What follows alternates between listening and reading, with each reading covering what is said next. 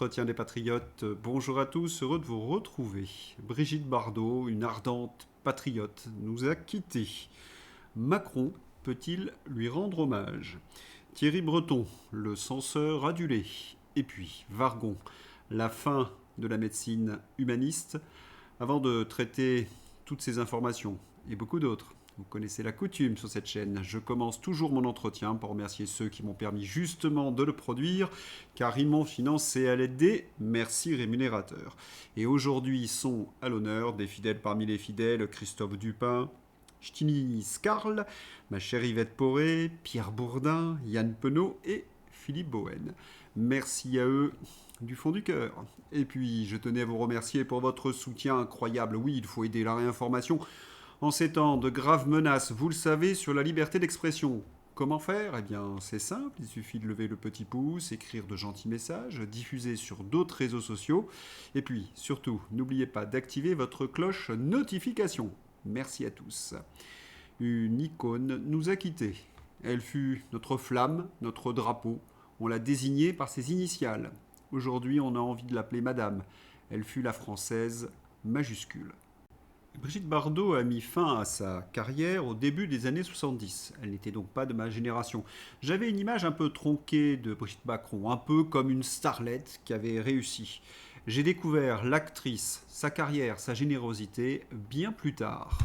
Mes deux films préférés avec Brigitte Bardot, En cas de malheur avec Jean Gabin et avec Samy Frey dans La vérité. Et vous, quel est le vôtre? Elle n'était donc pas cette starlette, comme la presse de gauche voulait nous le faire croire, mais une très grande actrice, émouvante, et qui avait su incarner l'image de notre France dans toute sa grandeur, son talent et sa liberté. Tenez, un peu comme sur cette photo, Delon, Tabarly et Brigitte, la divine. Non, on ne peut pas réduire Brigitte Bardot à sa seule plastique, parce que Brigitte Bardot, c'était un tempérament et un courage, et quel courage! Elle a toujours défendu ses convictions, au mépris des conventions parisiennes et du conformisme gauchiste du monde de la culture. Bardot, c'était le gaullisme. J'ai été élevé dans l'honneur, le patriotisme, l'amour et le respect de mon pays. Quand je vois ce qu'il est devenu, je suis assez désespéré. C'est la raison pour laquelle elle a toujours été gaulliste, profondément gaulliste. Elle a toujours admiré le général. Il était son idole, il incarnait les valeurs de la France, la moralité et la droiture. Elle l'a d'ailleurs rencontré en 1967. Oui, le 5 décembre 1967, au palais de l'Élysée. L'actrice rencontre le général de Gaulle. Devant le gratin du cinéma et des arts, l'actrice fait une entrée très remarquée, éclipsant tous les regards. Loin du protocole, elle apparaît en tenue d'inspiration militaire. Amusé par cette apparition très inattendue, le général s'avance vers elle et lance chic un militaire, avant de lui glisser qu'il l'avait prise de loin pour un officier. Après le dîner, Bardot confie simplement que le chef de l'État s'est montré très charmant et lui a parlé de ses films. Quelques jours plus tard, sur décision personnelle du général de Gaulle, elle sera choisie pour incarner Marianne, devenant la première star de cinéma à prêter ses traits au symbole de la République. Bardot en Marianne, il y avait de quoi damner un saint. Dieu créa la femme et la République l'a récupérée.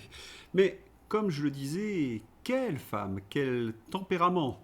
Une pétroleuse, selon certains, mais au service de nos amis les animaux.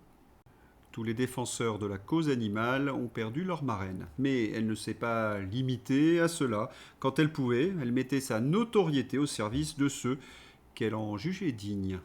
Joséphine Baker, par exemple. Joséphine Baker remerciant Brigitte Bardot pour son appel en sa faveur et sa générosité vis-à-vis de ses enfants. Ceux qui véhiculent l'idée que Bardot n'aimait pas les êtres humains sont nuls. Merci à Henri Jean Servat d'avoir été son ami et mes condoléances émues à lui. Bravo de reprendre cet aspect trop souvent oublié de Brigitte Bardot. Bardot avait fait le JT de 20h pour aider Joséphine Baker, deux résistantes, deux femmes d'exception. Il ne faudrait pas non plus oublier l'épisode des Gilets jaunes. Tandis que les journalistes et les politiques mainstream diffamaient à longueur d'antenne les Gilets jaunes, Brigitte Bardot fut une des rares à venir les soutenir. En 2018, Brigitte Bardot a porté son soutien aux Gilets jaunes avec comme message « Avec vous ». On comprend mieux dans ces conditions l'aigreur, que dis-je, la hargne de la gauchosphère à son encontre, de l'aberration jusqu'à l'odieux visuel public. Pour beaucoup, le meilleur film de Brigitte Bardot, c'est Le Mépris selon les spécialistes. Le Mépris de Jean-Luc Godard, musique de Delarue. Je ne suis pas, loin s'en faut, un inconditionnel de Jean-Luc Godard. Mais qui peut rester insensible à ces images et surtout à la musique de Delarue? Let's have a drink at my home. Ah, cette Brigitte Bardot. Je suis une femme de droite et je me fous de ce qu'ils pensent. Leur opinion, je m'en tamponne le coquillard. On était moins emmerdés avant. Désormais, la liberté a disparu. Brigitte Bardot affichait clairement son mépris pour toute cette caste socialo. Elle ne mâchait pas ses mots. Le petit tyran d'Amiens s'en souvient encore. En 2023, Brigitte Bardot écrivait une lettre ouverte à Emmanuel Macron. Vos premiers mots lorsque vous m'avez reçu à l'Élysée, vous allez m'engueuler. 5 ans après, oui, je vous engueule, Emmanuel Macron, car je suis en colère face à votre inaction, votre lâcheté, votre mépris des Français, qui vous le rendent bien, il est vrai. Votre suffisance, votre lâcheté, vos ridicules discours, votre total manque d'empathie et d'autorité font de vous une marionnette méprisable, une triste serpillière, bonne à essuyer le sang et la mort qu'elle fait régner sur ce pays dont les lumières se sont éteintes. Cette Brigitte-là, ça, c'est une vraie femme, une ardente patriote. Elle en a du courage. Certains voudraient justement lui rendre hommage, un hommage national. La France doit-elle rendre un hommage national à Brigitte Bardot? 68% des lecteurs du Figaro répondent oui. Mais qui pour lui rendre hommage? Le poudrer? Ses films, sa voix, sa gloire éblouissante, ses initiales, ses chagrins, sa passion généreuse pour les animaux, son visage devenu Marianne, Brigitte Bardot incarnait une vie de liberté. Ah, c'est certain, hein. Brigitte Bardot, c'est tout le contraire du macronisme, qui n'est, lui, que lâcheté, petitesse et magouille. Mais on connaît le poudré, il ose tout. Vous le voyez s'agenouiller devant le cercueil de Brigitte Bardot? Mais quel scandale! On ne peut pas faire plus horrible antithèse. L'âme de la France, Brigitte, et le fossoyeur de la France, Manu. Glaçant. Votre suffisance, votre lâcheté, vos ridicules discours, votre total manque d'empathie et d'autorité font de vous une marionnette méprisable, une triste serpillière, bonne à essuyer le sang et la mort qu'elle fait régner sur ce pays dont les lumières se sont éteintes. Comme je vous le disais il y a un instant, sur le sévice public, on vomit sur Brigitte Bardot. Rédaction de France Culture. Mort d'une icône inoubliable et controversée. 20 minutes à peine après la disparition de Brigitte Bardot, le service public s'attaque déjà à sa personnalité.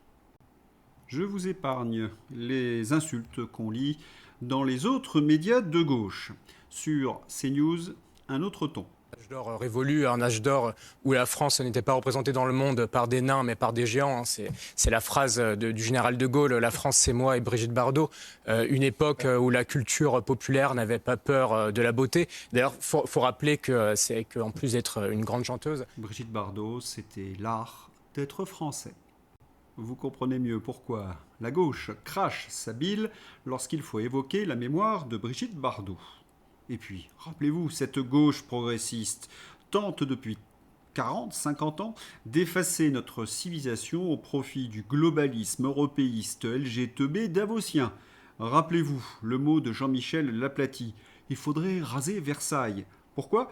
Parce que les Français ne doivent plus avoir le souvenir de leur grandeur. Ah, ces gauchos, ils ont renié tous les combats fondateurs de la gauche. Vous voulez une illustration ? Ils soutiennent désormais Thierry Breton. Évidemment, pratiquement toute la classe politique. Alors là aussi, ça va de LFI, M. Mélenchon, jusqu'à M. Retailleau. Tous ont manifesté effectivement. Jean-Luc Mélenchon, je vous l'ai dit hier, donc Thierry Breton est écarté d'accès aux USA juste parce qu'il est français et qu'il prétendait résister à sa façon aux GAFAM. Jean-Luc Mélenchon qui soutient le multimillionnaire et évadé fiscal Thierry Breton, exécuteur testamentaire de Bernard Arnault, baron de tous les problèmes chez France Télécom et chantre du macartisme européen. Je l'avais pas sur ma carte de bingo 2026, celle-là. Dans ces entretiens, nous avons toujours combattu l'atlantisme. On pourrait donc se dire que la merluche pourrait viser juste. Mais il y a déjà un souci dans la formulation. Les vilains GAFAM contre le gentil Thierry Breton. Vous savez, le manichéisme, c'est toujours le cache-sexe du totalitarisme. La réalité. Maintenant, sur le fond, Breton n'est pas du tout interdit sur le territoire US juste parce qu'il est français, mais bien parce qu'il a tenté d'intimider Elon Musk pour lui interdire de retransmettre une interview de Donald Trump sur X en pleine élection américaine, ingérence électorale inacceptable, admis avoir volontiers manipulé les élections roumaines et qu'il faudrait le refaire notamment en Allemagne ou ailleurs, diriger des efforts organisés pour contraindre les plateformes américaines à censurer, démonétiser et supprimer des points de vue américains qu'il désapprouve, promu des répressions sensoriales par des États étrangers, dans chaque cas en ciblant des orateurs américains et des entreprises américaines. Ces accusations sont extrêmement graves et peuvent revêtir, si confirmées, en bande organisée, la qualification pénale de conspiracy against right, passible d'au moins 5 ans de prison ferme. Que la gauche, de Mélenchon à Glucksmann, milite pour la censure, combatte la liberté d'expression et soutienne le milliardaire européiste breton, voilà un revirement assez ironique. Mais attention, ils sont capables de faire pire. Oui, c'est possible. Voilà que cette gauche milite pour la fin de la médecine humaniste. Elle soutient Mathias Wargon. J'en peux plus des citations du serment d'Hippocrate que les gens pensent graver dans le marbre. On comprend que le serment d'Hippocrate les dérange. Je respecterai toutes les personnes, leur autonomie et leur volonté, sans aucune discrimination, selon leur état ou leur conviction. Je ne me laisserai pas influencer par la soif du gain ou la recherche de la gloire. Et oui, la gauche, toujours plus loin dans l'ignoblerie. Je soutiens les lois de la République, Mathias Wargon. Aucun acte médical ne peut être pratiqué sans le consentement du patient. C'est le code de la santé publique. Le corps ne peut être contraint, instrumentalisé ou utilisé sans accord. Toujours le code civil. Et je soutiens également le code de la santé publique. Tout médecin qui se trouve en présence d'un malade ou d'un blessé en péril doit absolument lui porter assistance. Ce sont donc des paroles qui dévoilent quelque chose de terrible, un effondrement moral. Lorsqu'un médecin, dépositaire d'une mission sacrée, celle de soigner, de protéger, d'honorer la vie, vient expliquer que le serment d'Hippocrate n'engage à rien, sinon qu'à une formalité sans valeur, ce n'est pas seulement l'éthique médicale qu'il insulte, c'est la civilisation, cet humanisme chrétien, car la médecine n'est pas un règlement administratif, elle n'est pas une procédure technocratique, elle est un pacte entre l'homme souffrant et l'homme qui soigne, un pacte de confiance, de dignité, et oui, d'honneur. La loi peut bien encadrer, le code peut bien fixer des règles, mais ce qui élève un médecin au-dessus du simple exécutant, c'est la conscience. C'est la loyauté envers l'esprit d'Hippocrate, cette obligation morale supérieure de soigner sans trier, d'accueillir sans juger, d'assister sans humilier. Quand certains prétendent désormais décider qui mérite d'être soigné ou non, quand ils brandissent la bureaucratie pour justifier l'exclusion et la sélection, alors ils trahissent non seulement l'héritage de leur art, mais l'idée même de l'humanité. Il fut un temps où la France mettait l'honneur, le courage et la dignité au-dessus des petits calculs, des rancœurs et des abandons. Il serait temps que certains s'en souviennent. Mais comment expliquer cette com aussi infâme autour de la fin du serment d'Hippocrate ? J'expliquais hier que les socialos et les macroniers voulaient masquer les 100 000 lits qu'ils avaient fait supprimer à l'hôpital, alors que la demande de soins augmentait dans le même temps avec le vieillissement de la population. Mais il y a autre chose. Ce sont les mots mêmes de Wargon et des macronniers, les mots déshumanisants, anti-vax, complotistes. On sert la science, un peu comme Faust, avec Méphisto donc. Mais qui leur a inoculé de telles saletés? Pfizer? Frédéric Baldan. Covid-19. La propagande d'Hill et Knowlton pour vendre le vaccin Pfizer. Extrait de notre entretien avec l'ancien lobbyiste de l'Union européenne Frédéric Baldan, dans lequel il explique comment le cabinet, donc Hill et Knowlton, a œuvré au profit de Pfizer durant la crise Covid-19, notamment en poussant le slogan « Science will win ». À voir absolument dans ma description. Dans cet extrait, Frédéric Baldan montre comment ce cabinet a mis en place des éléments de langage dans la presse présentant la science comme une nouvelle religion qu'il fallait absolument servir. Vous critiquiez les politiques du pchout, hop, excommunié. Et ce sont les journalistes qui se sont chargés du sale travail. 5 ans plus tard, que sont devenus les complotistes du Covid? La crise du Covid a été marquée par le décrochage d'une partie de la population ayant perdu toute confiance dans les autorités et dans la presse. Une fois le chemin de la suspicion emprunté, il est difficile d'en revenir. 5 ans plus tard, la presse continue d'insulter, toujours au lieu d'informer. Et c'est bien le changement qui a eu lieu dans la presse. Ils n'ont plus informé, ils se sont contentés d'insulter. La démonstration est sans appel. Et nos progressistes de gauche rabâchent comme des perroquets tous les éléments de langage des communicants du Big Pharma, jusqu'à soutenir l'insoutenable Mathias Wargon. Peut-on faire pire? Ah bah oui, avec les progressistes, c'est toujours pire.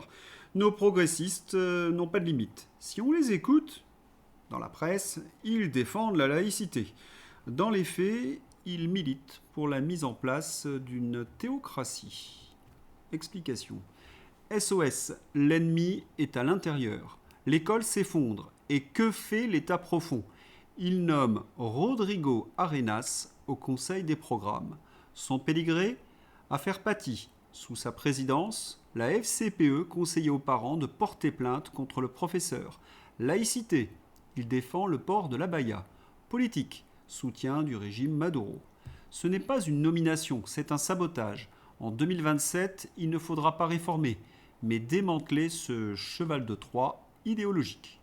C'est d'ailleurs ce que je ne cesse de dénoncer. Les progressistes ont infecté l'éducation nationale. Ils défendent par exemple le programme EVARS à la sexualité et militent désormais pour l'obscurantisme. Alexandre Devecchio. Ceux qui voudraient voir dans la nomination de Rodrigo Arenas au Conseil supérieur des programmes un cas isolé devraient lire le remarquable livre de Joachim Le Floch-Imad, Main basse sur l'éducation nationale. L'enseignant et essayiste y décrit l'existence d'un état profond, progressiste, au sein de la rue de Grenelle, le ministère de l'Éducation nationale. La nomination de Rodrigo Arenas s'inscrit dans une stratégie de verrouillage du système scolaire que j'ai très bien connue. On ne réformera pas l'école sans démanteler cet État dans l'État et sans supprimer ce Conseil supérieur des programmes, devenu le cheval de Troie des idéologues les plus fous progressistes et gauchistes. Joachim remercie donc Alexandre Devecchio pour ses mots chaleureux dans son édito d'Europe 1 du jour. La reprise en main par le politique de la technostructure de l'éducation nationale, plus puissante et autonome que jamais, conditionne en effet le redressement de l'école et à travers elle, de la France. Là, on se dit, on ne peut pas faire pire, toucher les enfants. Mais si, faites confiance un peu à ces progressistes. Ils sont nés pour battre des records. Mathieu Vallée. Pour Sébastien Delogu, le seul bon maire à Saint-Denis et Pierrefitte serait un maire racisé, censé bien représenter le réel peuple de France. Ce député de la France insoumise appelle donc à élire des élus en fonction de leur couleur de peau. Ces gens sont vraiment dangereux pour la France. Et que dire de l'autre député de la France insoumise, Bilongo, du Val d'Oise?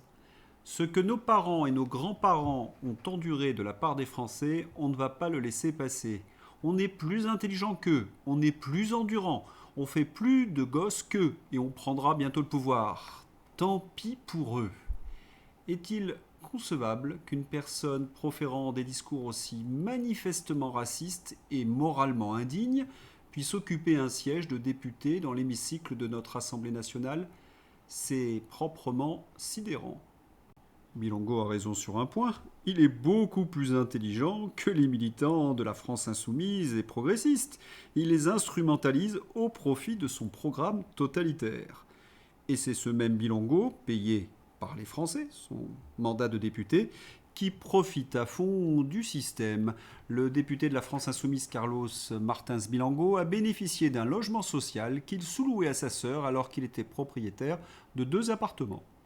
Et on a l'impression que la haine de notre pays n'a plus de limite au sein de cette gauche radicale.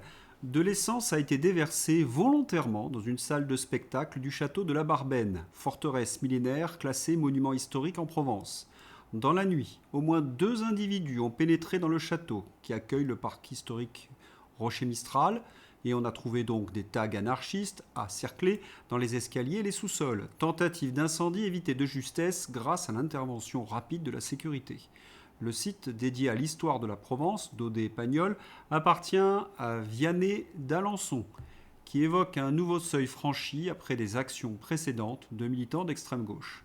On ne parle plus de vandalisme, mais d'une attaque contre le patrimoine français. C'est cela, la France d'Emmanuel Macron. La Madeleine, maintenant. Église de la Madeleine, un sacristain agressé, une église profanée. L'agresseur du sacristain a été remis en liberté. Cette affaire concentre tout ce que les catholiques subissent depuis des années. Le mépris discret, l'indifférence institutionnelle, la banalisation de la violence lorsqu'elle vise l'Église. Encore une fois. Qui sont les responsables de ce laxisme judiciaire et policier ? Ai-je besoin de me répéter ? Et dans le même temps, les agriculteurs luttent pour leur survie. Mes amis, préparez-vous, préparez vos tracteurs. J'appelle toutes les autres professions à faire pareil. Quand le top départ sera donné, il faudra qu'on soit tous là. José Pérez de la coordination rurale suite au scandale des policiers visant avec leurs armes un jeune agriculteur. Il y a de quoi en effet être en colère. La colère des agriculteurs ne retombe pas dans le sud-ouest. Des policiers ont sorti leurs armes samedi soir à Auch face à un agriculteur alors qu'il était en train à travers de la route avec son tracteur. C'est quoi ça ? Pointer une arme sur un de nos paysans qui vous nourrit ? Honteux.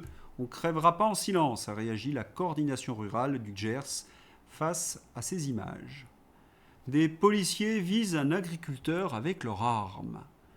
Comme pour les blindés, l'hélicoptère, la lacrymo contre des agriculteurs qui veulent protéger leurs vaches, si vous êtes révolté à la vue de ces images, c'est que vous êtes d'extrême droite ou d'extrême gauche. Les médias labellisés ne vont pas tarder à faire le service après-vente. Un détail important, l'agriculteur qui a été mis en joue par un commissaire de police était devant la Dépêche du Midi, propriété de Bailey, vous savez, je vous en ai souvent parlé, le copain d'Emmanuel Macron, si vous voyez ce que je veux dire. Cette nuit à Auch, un pas de plus a été franchi. 3 policiers ont sorti leurs armes et mis en joue un jeune agriculteur qui manifestait. Cette violence d'État contre les honnêtes citoyens est devenue le dernier rempart du macronisme agonisant. Et c'est inadmissible. Mais attention Manu, qui sème le vent récolte la tempête.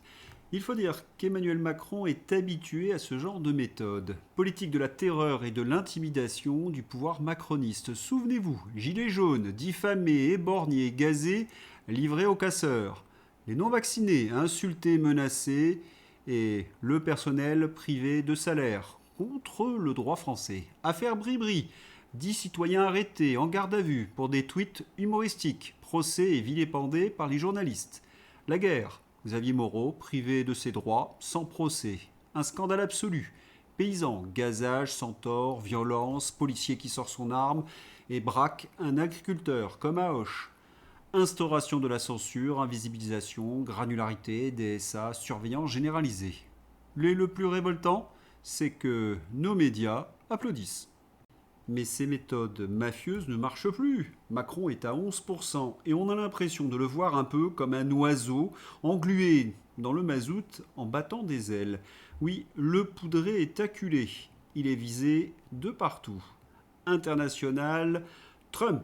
Donald Trump a qualifié sa rencontre avec Zelensky et sa conversation avec Vladimir Poutine d'excellente. Selon lui, les deux parties sont très proches de conclure un accord sur le conflit.